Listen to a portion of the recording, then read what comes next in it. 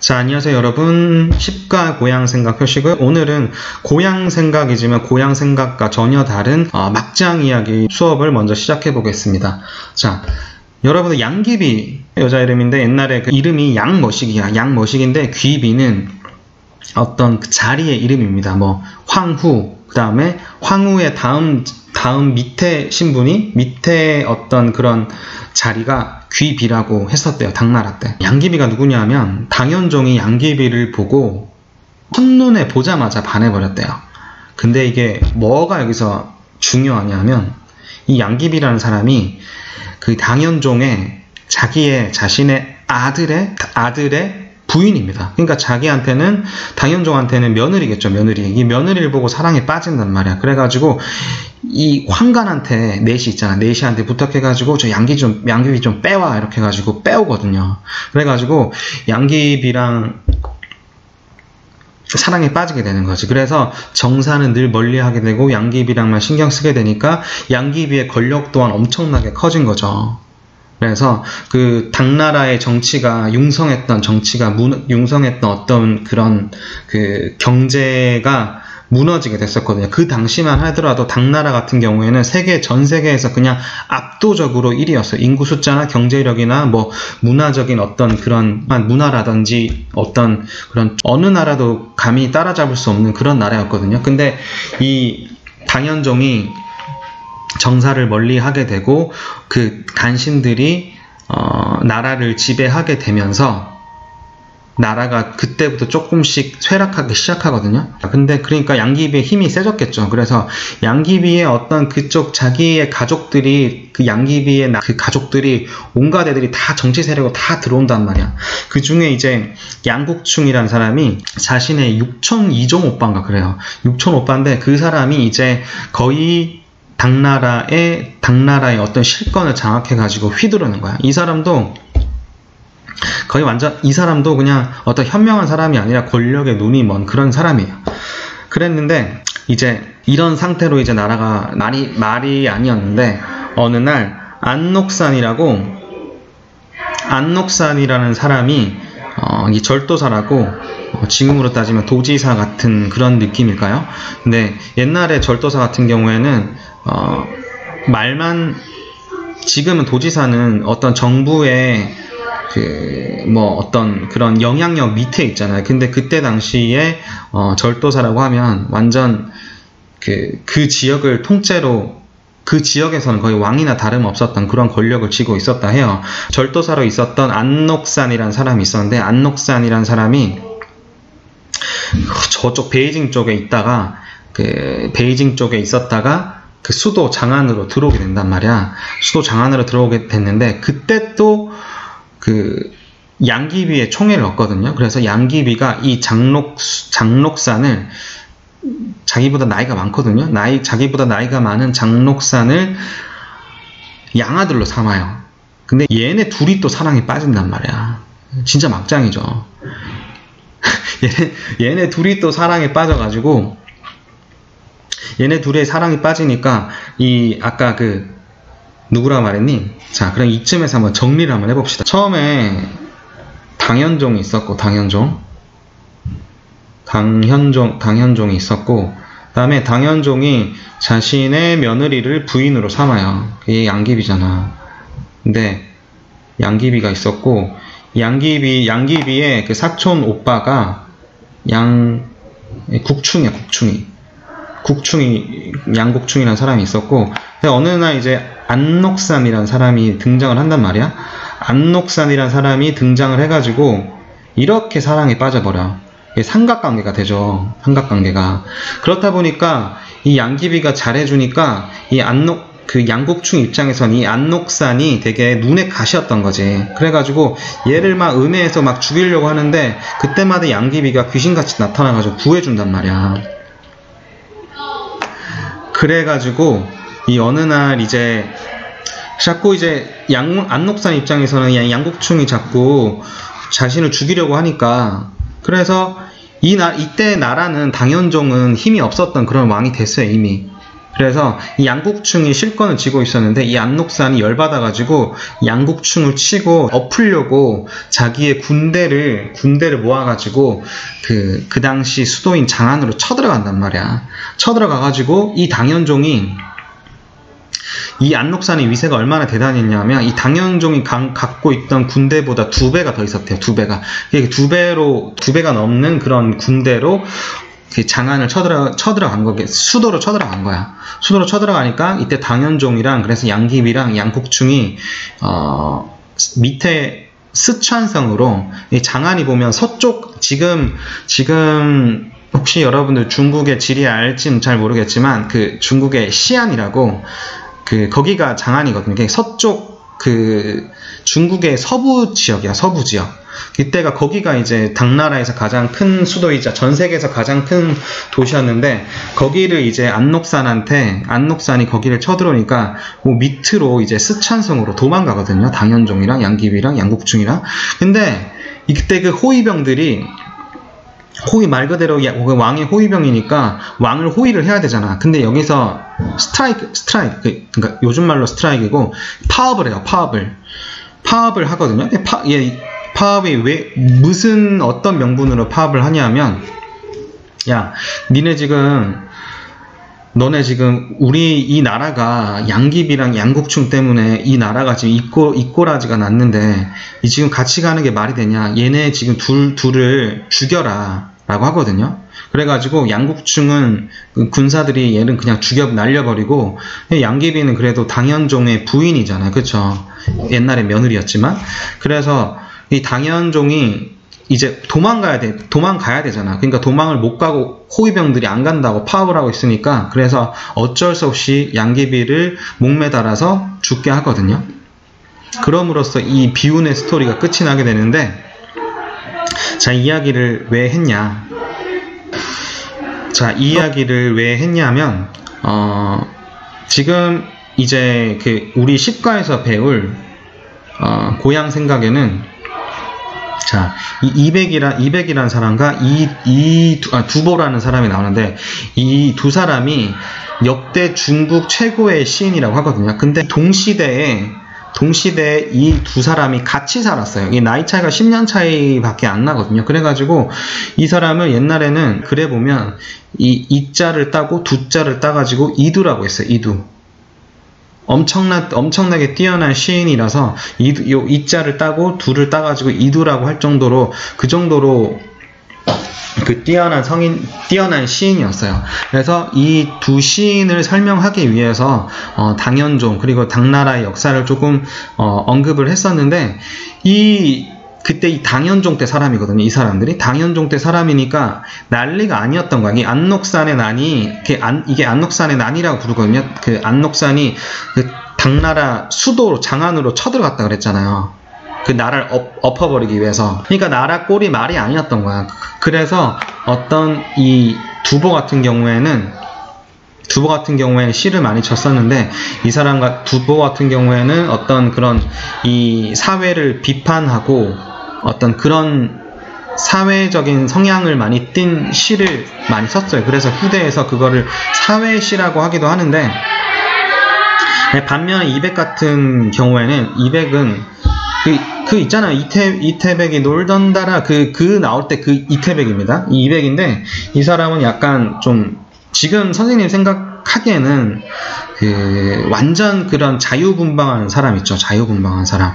어디에 얽매이지 못하고 그렇지만 되게 호탕하고 호방한 성격을 가지고 있고 누군가한테 구속받기 싫어하는 그런 스타일이었던 것 같아요. 근데 그래서 이 두 사람이 쓰는 시 스타일도 달라요. 200 같은 경우에는 좀 그래야 되나? 약간 좀 호방하는 거야. 시를 쓸 때도 일필휘지로 한 번에 다 썼대요. 두보 같은 경우에는 한자 뼈를 깎는 고통 끝에 한자를 선택했는데 200 같은 경우에는 완전 천재인 거야. 천재. 어떤 낭만적인 시를 많이 쓰기도 했거든요. 그래서 쫙 한 번에 이렇게 다 쓰는 그런 스타일이었던 거예요. 어떤 이 두 사람의 어떤 그런 캐릭터가 완전 다른 거지.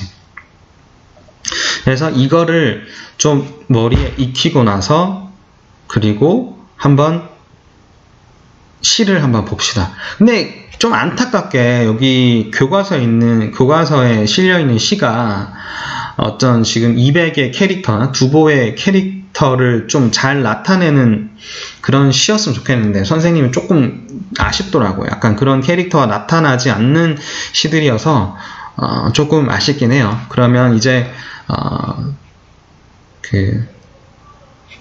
좀 더 본격적으로 한번 알아보도록 합시다. 자, 여러분들, 자, 고향생각에 제가 선생님이 그 어떤 그 당나라의 배경에 대해서 설명을 했었고, 지금 그렇다면 이제 이백과 두보의 어떤 그 삶에 대해서 한번 들여다봐야 될 것 같아요. 우리가 시를 읽어야 되니까 그 시를 지은 사람의 어떤 생애를 알면 뭔가 좀 시가 좀 더 좀 더 와닿게 느껴지지 않을까요? 그래서 이백과 두보에 대해서 한번 설명을 해드릴게요. 이백과 두보 같은 경우에는 지금 우리나라 어른들은 이 이백이라는 사람 다 알 것 같아요. 이태백이라는 사람 있죠. 이 사람이거든요. 이백인데, 자, 이백과 두보는 선생님이 말했듯이 그 당나라 현종 때, 숙종 때 사람인데, 이때 같은 연대의 사람이 한 11살 차이인가 그럴 거예요. 두 분이서 11살 차이라서 실제로 만나서 같이 여행을 했던 시기도 있었다고 해요. 그래서 그 당시에는 라이벌이라기보다는 약간 두보가 이백을 존경하는 그랬었대요. 그랬는데 지금 이제 후대 사람들이 평가하기에 중국 문학사상 가장 뛰어난 그 두 시인이었고, 그리고 이 당나라 때 같은 세대의 사람인 거죠. 그래서 라이벌이라고 그냥 붙여놓은 거고. 자, 그럼 이백과 두보에 대해서 좀 알아볼까요? 자, 두 사람은 당나라 현종 때 숙종 제위 기간 때 주로 창작 활동을 했대요. 그래서 중국 문학사에서는 성당시기라고 하는 때인데, 당나라가 어떤 문학사적으로 네 가지로 분류를 하면, 처음에 초당, 그 다음 두 번째 중당, 세 번째 성당, 그 다음에 네 번째 만당. 여기까지 몰라야 돼요. 이렇게 초, 중, 성, 만 이렇게 나누는데, 당시 중에 한시 중에서 당나라의 시가 가장 으뜸이고, 당시 중에서도 이백이랑 두보, 이백과 두보가 성당시기에 활동했기 때문에 성당시를 최고로 치지 않을까 선생님이 생각하거든요. 그래서 이백과 두보는 이 시기에 활동한 중국 한시를 대표하는 시인이래요. 두보 같은 경우에는 이 몰락해가는 집안에서 태어났대요. 정절이 시끄럽죠. 몰락해가는 집안에서 태어났는데, 집안을 일으키려는 그런 꿈을 가지고 있었어요. 근데 결국 실패했습니다. 되게 힘들고 고된 삶을 살았대요. 두보 같은 경우에는. 반면에 이백은 약간 좀 두보랑은 약간 결이 다른 사람이에요. 두보는 되게 엄청나게 삶을 힘들게 살아낸 사람이고, 이백 같은 경우에 삶이 힘들었을지 모르겠지만 왜 자유분방한 사람들 있잖아요. 어디에 얽매이는 거를 싫어하는 그런 자유로운 영웅이었던 것 같은데, 이분은 또 그런 거랑 이미지도 비슷하죠. 출생지도 불분명하고, 그리고 엄마가 또 약간 이민족 사람이었을 것 같은 걸로 추측을 한다. 그러니까 뭔가 불명하고 미스테리한 사람인 거야. 읽어볼게요. 두보 같은 경우에는 정통파. 시를 쓸 때 어떻게 썼냐면, 나의 시가 사람들을 놀라게 하지 않으면 죽어도 그만두지 않겠다고 했대요. 그래서 이 말에서 두보가 얼마나 치열한 작가 정신을 가졌고 시를 쓸 때 얼마나 정성과 공을 들였는지 알 수가 있겠죠. 근데 그 선생님이 방금 5분 전에 설명했었는데, 그 안록산의 난을 겪었다고 했잖아요. 안록산이 난에 1, 2년짜리 난이 아니라 10년이 넘게 가는 그런 길거든요. 그래서 이 안록산의 난을 겪으면서 엄청나게 힘들게 산 거야. 자기도 힘들었을 텐데, 어떤 이 대중들을 불쌍히 여기는 마음이 시에 배어 있었대요. 그리고 이백 같은 경우에는, 이분께서 칭하는 이백은 천재래요, 천재.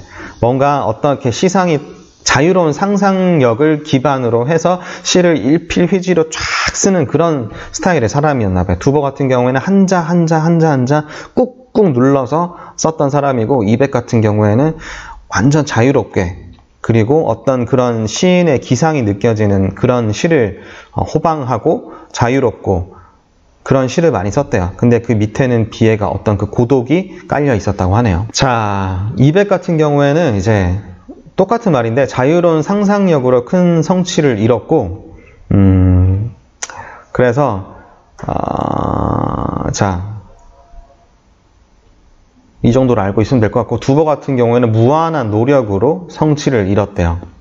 그래서 두 시인을 보면 200 같은 경우에는 창조적인 생각이 돋보이고, 두보 같은 경우에는 끊임없는 열정이 돋보였대요.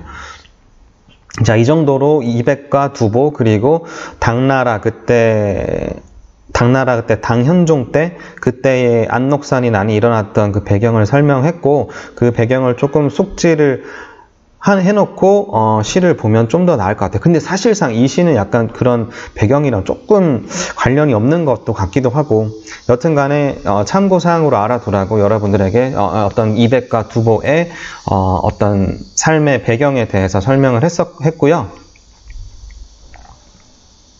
자, 200의 작품을 이제 감상을 할 텐데요. 정야사, 고요한 밤의 생각. 고요한 밤의 생각. 고요한 밤에 어떤 생각을 시로 풀어냈나 봐요. 자, 시를 한번 볼까요? 자, 그 구절 한 구절씩 한 구씩 볼까요? 자, 상전, 간, 월, 광.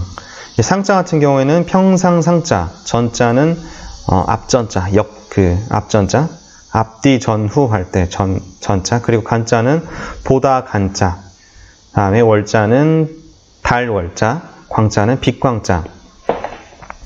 그래서 선생님이 한시 해석을 할 때 보통 이제 앞에 2개, 뒤에 3개 이렇게 끊어진다고 했죠. 그걸 알고 있으면 될 것 같고, 그래서 한번 여러분들의 이 200이 지금 쓰고 있는, 지금 200이 어떤 상황에서 쓰고 있는지 뒤에서 이미지로 계속 상상을 한번 해봐요. 자, 침상 앞에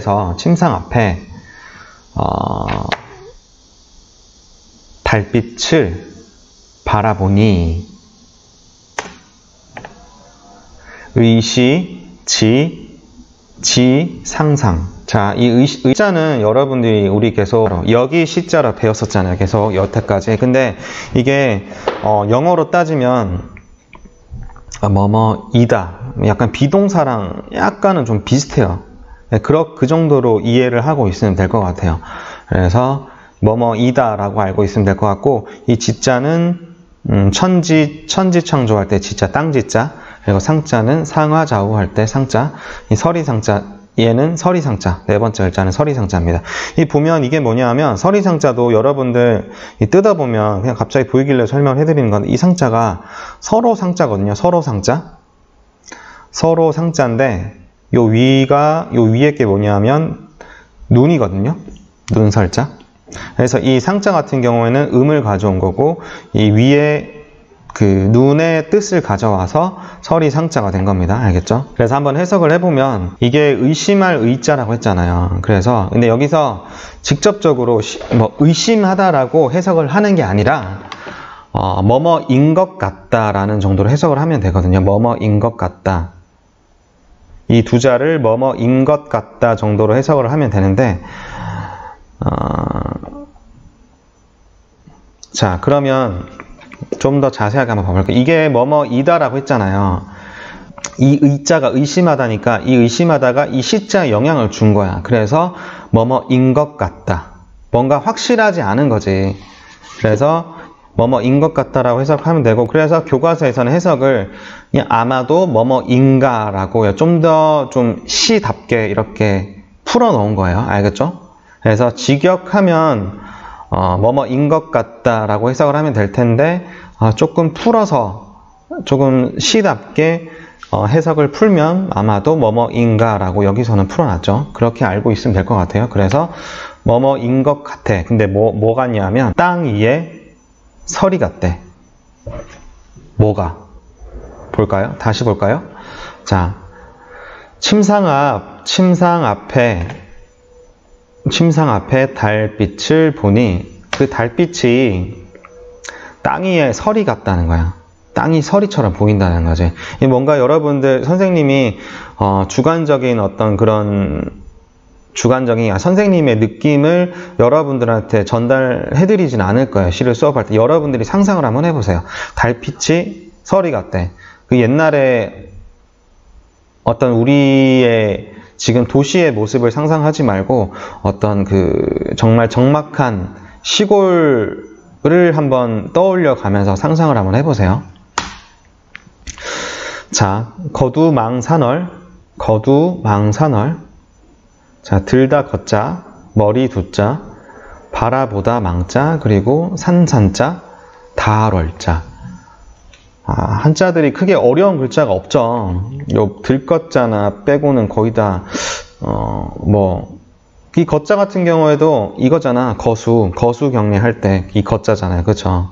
이 두자 같은 경우에는 뭐 워낙 많이 쓰고, 망자도 이거 망원경 할 때 망자, 산자는 뭐 알 거고, 월자나 산자나 월자 같은 거 알 거고. 그래서 해석을 한번 해보면 고개를 들어서, 머리를 들어서 산 위에 달을 바라보고,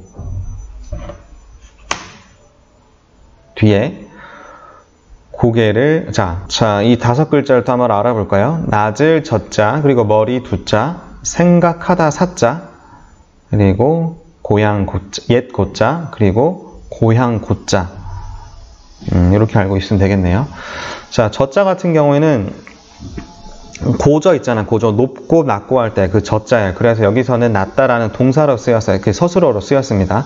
그래서 머리를 낮춰서, 그러니까 머리를 낮췄다는 말은 고개를 숙여서 고향을 생각한다.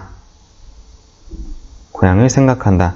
이렇게 해석을 하면 되겠습니다. 다시 한번 해석을 해볼까요? 짧죠? 짧고, 그리고 이 시, 처음 시라서, 교과서에서 선정할 때 일부러 되게 좀 쉬운 시를 선택을 한 것 같아요. 글자도 어려운 것들이 없고, 해석 순서도 뭐 이렇게 좀 약간 트리키하거나 그런 거 전혀 없죠. 그래서 다시 한번 여러분들의 그 시상을 떠올려 보고, 뒤에 이미지를 한번 생각을 해보세요. 자, 고요한 밤의 생각, 정야사. 여기서는 사자가 명사로 쓰였고, 뒤에서는 아까 뒤에 사자는, 자, 이 사자 같은 경우에는 생각한다라는 서술어로 쓰였죠. 저두 사고향. 그래서 다시 한번 해석을 해보면, 고요한 밤의 생각, 200의 시입니다. 자, 침상 앞 달빛을 보니, 땅 위에 서리인가? 땅 위에 서리 같이 보인다는 거죠. 달빛이 서리 같다는 거죠. 자, 고개를 들어 산 위에 달을 바라보니, 산과 달을 바라보는 게 아니겠죠. 산 위에 달을 바라보는 거겠죠. 여기서는 산 위에 달을 바라보고, 고개를 숙여 고향을 생각한다. 200이 지금 고향 땅에 있지 않나 봐요. 200 같은 경우에 말했었죠. 그래서 그 여행을 다니고 유랑을 했었거든요. 한 군데 정착해서 오래 살지 않았었어요. 벼슬길에서도 벼슬도 잠시 했었었는데 자기 적성이 안 맞아서 다 때려치고 나왔었거든요. 그런 기억도 있었고, 여하튼 지금 그래도 지금 고향 땅을 생각하면서 적은 그런 시입니다. 자, 여러분들 선생님이 그때 좀 한시 이론 수업하면서 좀 빠뜨린 게 있어가지고 잠시 다시 한번 볼까요?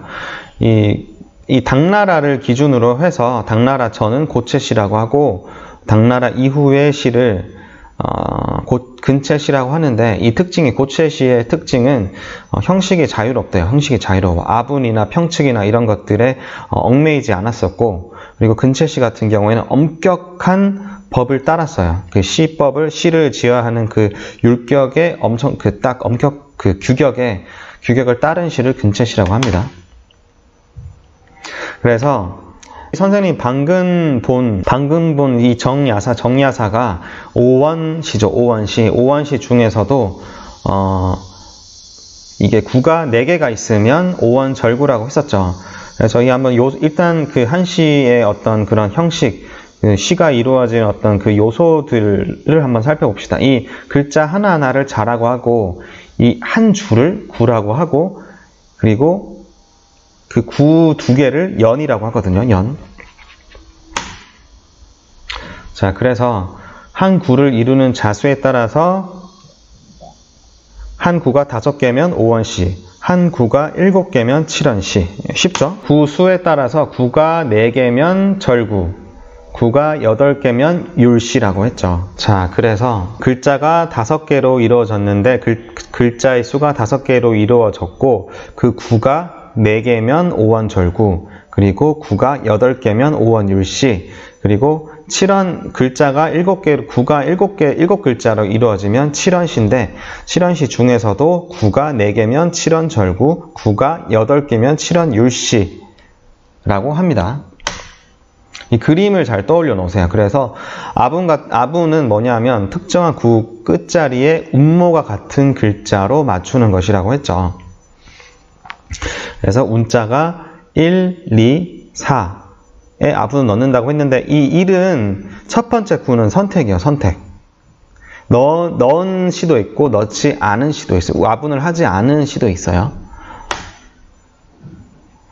자, 그래서 그리고 시상 전개에 대해서 한번 알아볼게요. 시상이 뭐냐면 시를 짓기 위한 생각이나 감정 혹은 그 구상을 뜻하는데 절구 같은 경우에는 기승전결로 이루어집니다. 오늘 배운